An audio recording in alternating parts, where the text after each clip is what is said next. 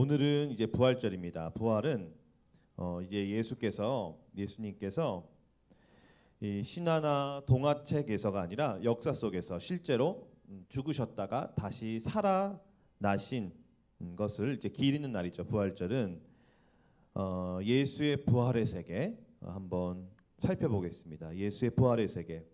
예수께서는 십자가에서 죽으셨어요. 이것은 우리 기독교인뿐만 아니라 다른 종교 혹은 종교를 갖지 않는 사람들도 다 인정하는 거예요. 왜냐하면 역사적으로 사실이니까.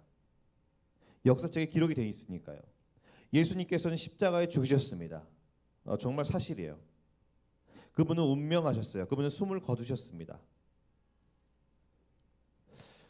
그리고 어떻게 되었냐면 예수께서 무덤에 묻히셨는데 이 아리마대 요셉이라는 이 사람이 예수의 시체를 가져다가 포로 싸서 바위 속에 있는 이제 무덤에 넣어가지고 그 큰 돌을 굴려서 그 무덤 문에 이렇게 탁 놓은 거예요.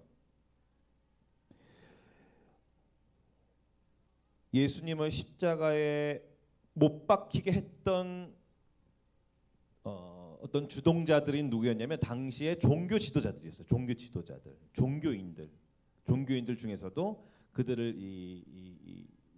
그들 중에서도 이제 지도자들, 대제사장들이라고도 하기도 하고 또 바리새인 그룹들도 있었고 이 종교인들이 예수님을 십자가에 못 박히게 했던 주동자들이었어요. 예수님이 십자가에 못 박히고 나서 죽으시고 나서 무덤에 묻히셨습니다. 그리고 나서 이 대제사장들과 그다음에 바리새인들이 모여서 토의를 하는 거예요. 토의를. 그리고 빌라도라는 그 지역을 관할하고 있는 총독에게 이런 얘기를 하죠. 총독이여, 죽은 저 예수가 살아있을 때 이런 말을 했댔습니다. 그는 사흘 후에 다시 살아났다고 자기가 직접 얘기했습니다. 만약에 그의 제자들이 시체를 도둑질하고 그 다음에 가서 빈 무덤을 보이면서 백성들에게 그가 살아나셨다고 말하면 그러면 어떻게 되겠습니까? 아니 죽었는데 살아났다고 그렇게 거짓 선전을 해서는 안 되는 것이죠. 이런 이상한 이런 위험한 일이 일어날 수 있으니 그 무덤을 그냥 굳게 지키게 해주세요. 그 무덤을 총독이요 부탁드립니다.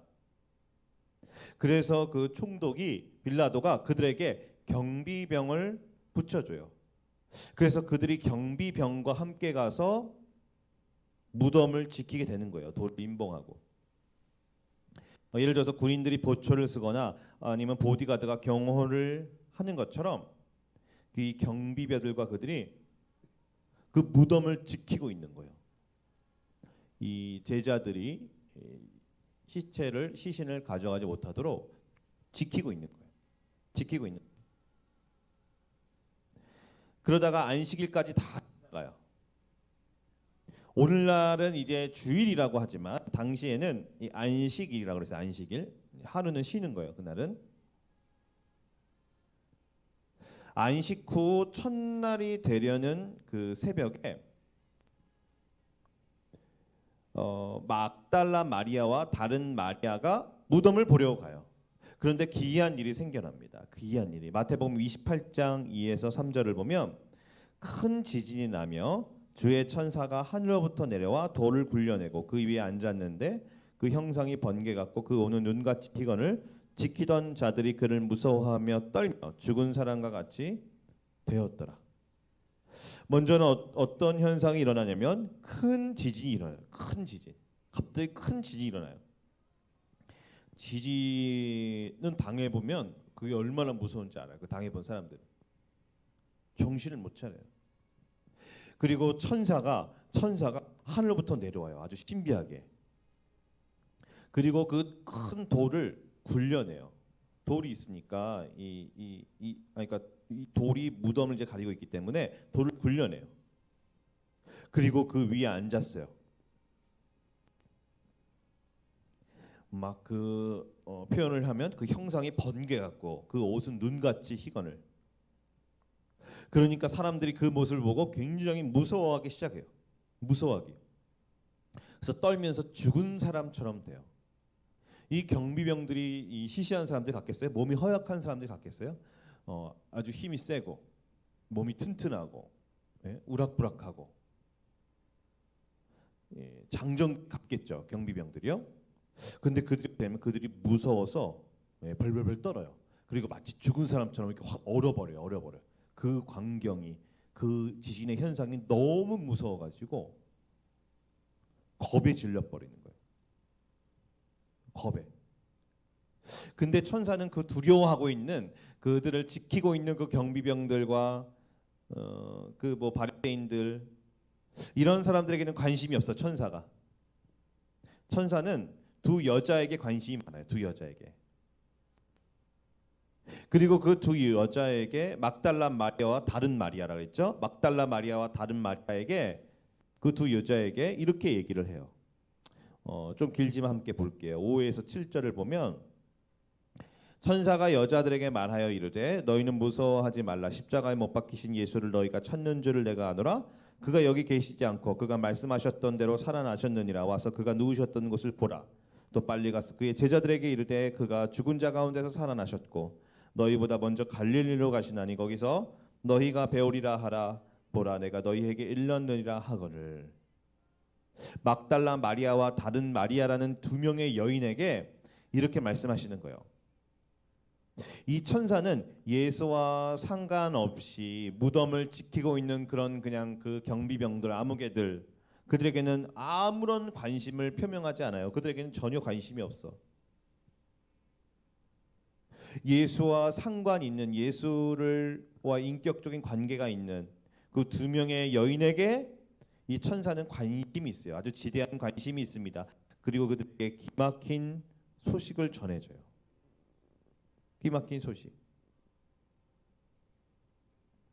너희들이, 천사 그러는 거예요. 그 두 명의 여인에게 너희들이 예수를 찾고 있는 거 다 안다. 그런데 그는 생전에 말한 대로 다시 살아나셨다. 보라, 이 빈 무덤을 보아라.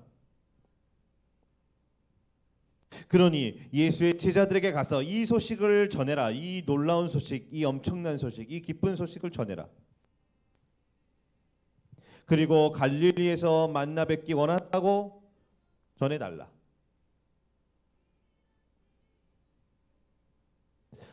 이 두 명의 여인에게 뭘 말했어요? 무덤이 비었다. 그가 살아나셨다고 얘기했어요. 죽음이 있고요, 부활이 있습니다. 죽음이 있고 부활이 있어요. 죽음과 부활을 가로막고 있어요. 그게 뭐냐면 무덤이에요. 무덤. 죽음과 부활을 가로막고 있는 것은 무덤이에요. 무덤. 무덤은 무엇인가요? 무덤은 모든 사람들이 가야만 하는 정해진 장소. 모든 인간의 숙명이에요. 무덤은. 모든 인간이 처해져야 하는 것을 말해주는 어떤 상징과 또 같은 것이요. 죽지 않는 사람은 없어요. 우리가 언제 죽을지 아무도 몰라요. 각자가 달라요. 죽음은 어딜 갑니까? 죽은 즉시 우리 몸은 더 이상 몸이라고 불리지 않고 시체라고 불리죠. 시체. 그리고 시체는 어디에 가요? 시체는 무덤에 가요. 물론 요즘에는 화장 문화가 매우 발달해서 화장을 하기도 하지만 여하튼 시체는 무덤에 가는 거예요. 그리고 시체가 무덤에 가게 되면 더 이상 그곳을 나올 수가 없어요. 거기에 계속해서 있는 거예요. 무덤에.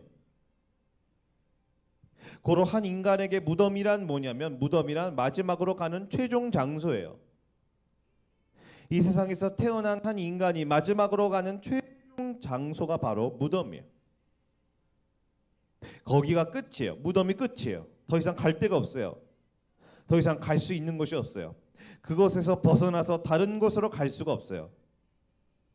인생의 끝이 죽음인데 죽으면 몸이 시체가 되고 시체는 무덤으로 옮겨져요. 그리고 거기에 안치가 돼서 계속해서 그곳에 머물게 되는 거예요. 그 무덤에는 생명이 없고 그 무덤에는 호흡이 없고 그 무덤에는 이동이 없어요. 이동이. 한 인간이 가는 최종 장소예요. 거기가 끝이에요. 더 이상의 이동이 없기 때문에 그 무덤은 뭐냐면 무덤은 종착지예요. 종착지. 그런데 예수는 어떻게 됐어요? 지금 무덤에서 그의 시체가 무덤에 없어요. 이거 뭡니까? 이건 예수 이동이 일어난 거예요. 이동이. 이동이 어떻게 가능합니까? 이동은 시체가 살아있는 육체가 될 때 가능해요. 시체가 다시 살아나야 가능해요. 이동은 무덤에서의 이동은 인간이 수천 년의 역사 속에서 확인하고 배워야 했던 한 가지 고정 사실이 있어요. 그건 뭐예요? 모든 인간은 죽음이라는 것을 맞이하고 죽으면 예외 없이 무덤이라는 최종 종착지로 가서 거기서 계속 시체 상태로 머물게 되는 것. 그것이 뭐냐면 수천 년간의 시청각 교육을 통해서 배웠던 사실이죠. 변함없는 진리고 불변의 법칙이죠. 이것이 깨져버리는 거예요. 모든 그 인간의 순리가 완전 깨져버리는 거예요. 무덤에서 벗어날 수도 없고 무덤에서 이동할 수도 없고 시체가 살아있는 육체로 절대로 될 수 없다라는 이 질서가 깨져버리는 거예요. 예수의 시체가 살아있는 육체가 돼서 무덤을 완전 박차버리고 일어나 다른 곳으로 이동이 일어난 거예요. 다른 곳으로 이동이. 이것이 바로 부활이에요. 부활. 인간 세계의 질서를 넘어선 사건이 바로 부활이에요. 무덤이라는 철옹성이 무너지는 것이 부활이에요. 무덤의 법칙. 더 이상의 이동이 없다라는 그 법칙. 더 이상의 생명과 호흡이 없다는 그 법칙. 어떤 움직임도 없다는 그 법칙. 그 무덤의 법칙이 깨지는 것이 바로 부활이에요. 부활. 이 세상 가장 높고 강한 벽이 뭘까요? 가장 견고한 벽이 뭘까요? 아마 만리장성쯤 되지 않겠어요? 만리장성. 하지만 만리장성이 아무리 높고 강해도 그 벽은 부실 수가 있어요. 요즘 같은 기술로 하면 만리장성은 아주 그냥 쉽게 무너뜨릴 수 있어요. 그런데 인간의 그 죽음과 그 무덤의 법칙, 무덤리는 그 어떤 것으로도 무너뜨릴 수가 없어요.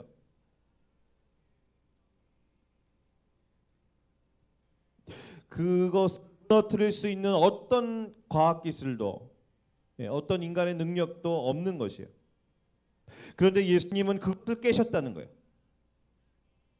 우리 예수님이 죽음과 무덤을 깨셨더라면 이 세상 깨지 못할 것이 무엇이 있겠어요? 예수의 무덤이 깨졌다면 이 세상 깨지 못할 것이 무엇이 있겠어요?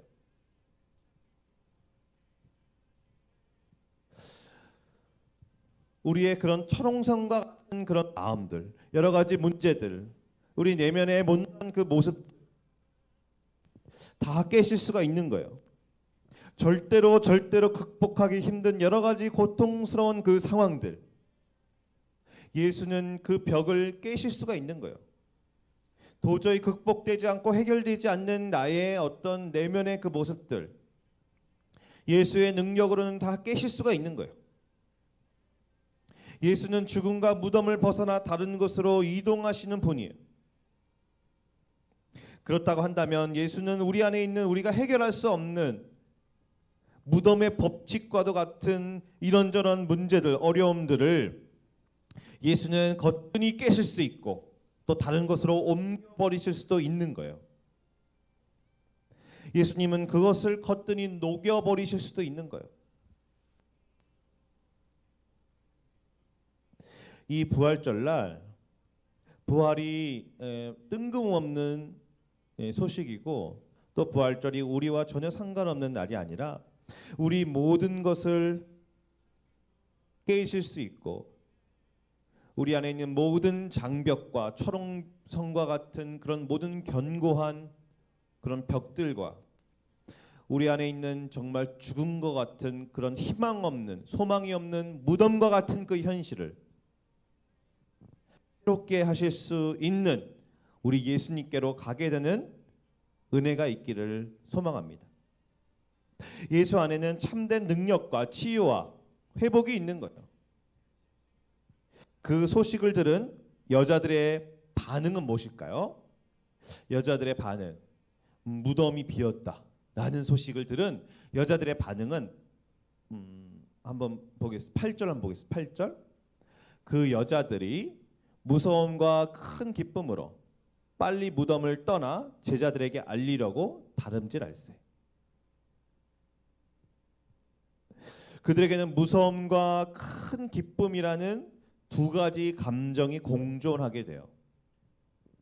도저히 일어날 수 없는 일이라는 그 사실, 도저히 깨질 수 없는 그 무덤의 법칙이 깨졌다는 그 사실, 그리고 사랑하는 예수께서 다시 살아나셨다는 그 사실 때문에 인간을 압도하는 그 두려움, 그리고 예수님을 다시 볼 수 있다는 그 사랑, 이 두 가지가 공존하는 거예요. 공존하는 거예요. 그리고 이 사실을 제자들에게 빨리 알리려고 달려가요. 그때 예수가 그들을 만나세요. 9절에 보면 예수께서 그들을 만나 이르시되 평안하냐 하시거늘 여자들이 나아가 그 발을 붙잡고 경배하니. 예수님이 그들에게 평안하냐고 물어보십니다. 예수님이요. 여러분, 우리 모두는 평안할까요? 평안. 참 평안. 정말 그 피스, 평화. 내 안에 평안. 왜 예수님 물어보시냐면 그분이 주시고자 하는 것은 평안이기 때문이에요. 막 그들을 두렵게 하고, 그들을 꼼짝 못하게 만들고, 이것은 우리 인간의 뭐랄까요? 인간의 기술이고요. 인간의 기술. 예수님은 어떻게 하냐면 그들에게 평안을 주기 원하시는 거예요. 평안을, 평화를. 복권을 당첨하게 해주고 행운을 가져다 주는 것은 다른 종교에서 말하는 신이에요. 우리 예수님이 주시고자 하시는 것은 평안이에요. 내적인 평안. 여자들은 예수님을 보고 그 발을 붙잡고 예수님을 경배해요. 경배는 누구한테 하는 겁니까? 경배는 사람에게 하는 게 아니죠. 경배는 특정 사람에게 하는 게 아니에요. 경배는 오직 유일하신 참 하나님에게만 하는 거예요. 경배는. 여자들이 예수를 경배합니다. 예수님을 하나님으로 이제 알아보는 거예요. 예수를 신으로 알아보는 거예요. 예수님은 하나님의 아들로 확실하게 믿어지는 거예요. 맞아요. 예수님의 부활절은 두 가지 감정이 공존하는 거예요. 두렵기도 하고 또 큰 기쁨도 있는 거예요. 두렵기도 하고 또 큰 기쁨도 있는 거예요. 우리 안에 예수님의 부활로 말미암아 우리 안에 두려움과 큰 기쁨이 있어야 한다는 거예요. 우리를 압도하는 그 신비한 능력으로 말미암는 그 두려움. 그리고 죽음을 이기시고 다시 살아나신 그 예수님 때문에, 왜냐하면 그분을 믿으면 우리도 다시 살아날 거기 때문에, 그 예수님 때문에 일어나는 내면의 큰 기쁨. 그러니까 죽음은 어떻게 되냐면, 영혼은, 사람이 죽으면 예수님 믿잖아요. 그럼 영혼은 낙원에 가게 돼요. 낙원에. 우리의 몸은 시체 상태로 무덤에 있겠죠. 그리고 예수님이 재림하실 때, 다시 오실 때, 그때 몸이 부활하는 거예요. 몸이 부활하는 그때는. 그래서 영과 육이 하나가 되는 거예요. 그래서 천국은 뭐냐면 이 지구, 이 땅, 이 하늘, 이 공간이 완전 없어지고 예수님이 다시 새롭게 만들어 버려요. 새 하늘과 새 땅을.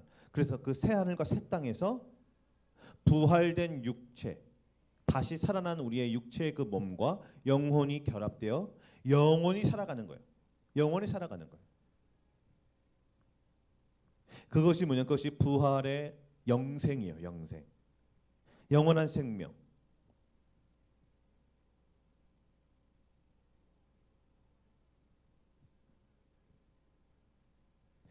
여러분 이 두 가지 감정을 가지고 이 영생의 소망을 가지고 우리가 해야 하는 것은 뭐냐면 그분을 경배하는 거예요. 그분의 발을 붙잡고 경배하는 거예요. 여러분 어떤 것을 혹은 누구를 경배하고 있습니까? 경배는 오직 유일하신 참 하나님에게만 하는 거예요. 경배는 오직 예수님께만 하는 거예요. 돈이 우리의 경배의 대상이 아니에요. 우리를 즐겁게 하는 어떤 쾌락적인 것, 어떤 짜릿한 것이 우리의 경배 대상이 아니에요. 게임이나 오락 같은 것이 우리의 경배 대상이 아니에요. 우리에게 돈을 많이 줄 수 있는 어떤 특정한 사람이 우리의 경배 대상이 아니에요. 혹은 복권이 우리의 경배 대상이 아니에요. 예수님이 우리의 경배 대상이에요. 오직 우리는 누구를 경배합니까? 예수를 경배하는 것이에요. 그분은 죽음과 무덤이라는 그 질서와 틀을 깨시고 죽음과 사망을 극복하시고 다시 살아나셔서 무덤에서 다른 곳으로 움직이시고 이동하시는 분이에요. 그래서 그분의 무덤에는 아직 무덤이 없지만 맨 처음에 만들어졌던 그 무덤은 지금 뭐 흔적도 없이 사라졌겠지만 여전히 그 장소에는 예수가 없어요. 왜냐하면 그분은 이동하셨기 때문에. 그래서 부활절의 가장 큰 의미는 바로 이것이에요. 부활하신 예수님을 경배하는 거예요. 예수님을 향한 그 큰 기쁨과 그분을 향한 경외심으로 말미암아 거룩한 건강한 두려움으로 말미암아 그분에 대한 경배를 회복하는 거예요. 예배와 기도를 회복하는 겁니다. 그리고 회복이 되고 우리 안에 기쁨이 충만해지면 우리는 부활절에 달걀도 떡도 나누어 주면서 이 기쁜 소식을 이웃과 함께 나누는 것입니다. 그래서 우리 교회는 오늘 오전 예배 때 이 달걀과 떡을 이렇게 나눠줬죠. 코로나가 다시 심각해지고 있어요. 물론 우리나라가 매우 양호한 편이에요. 재차 말하지만 매우 양호한 편이에요. 그래서 우리는 항상 긍정적인 언어를 사용해야 합니다. 아무리 힘들어도. 그리고 코로나가 지금 대유행으로 다시 번질 수 있는 조짐이 보이고 있어요. 하지만 코로나는 주의해야 하지만 우리의 두려움의 대상이 아니에요. 우리의 기쁨을 뺏어갈 수 없습니다. 어떤 환경과 상황도 우리의 두려움의 대상이 되어서는 안 돼요. 우리의 기쁨을 어떤 상황과 환경에 빼앗겨서도 안 돼요. 코로나 기간에 이 부활절에 기뻐하지 않는 것보다 더 억울한 일은 없어요. 부활절을요 우중충하게 우울하게 보내는 것보다 더 억울한 일은 없습니다. 코로나와 상관없이 우리는 기뻐해야 돼요. 부활하신 예수를 경배해야 돼요. 그분을 경배하는 자들은 예수를 경배하는 자들은 예수를 믿고 예수를 경배하는 자들은 이 부활의 기쁨과 부활의 소망을 가진 자들은 이 부활의 큰 기쁨을 나누며 사는 자들은 예수와 동일하게 다시 예수님이 재림하실 때 이 육체가 다시 살아나서 천국에서 영원한 생명의 부활의 삶을 살게 될 것입니다.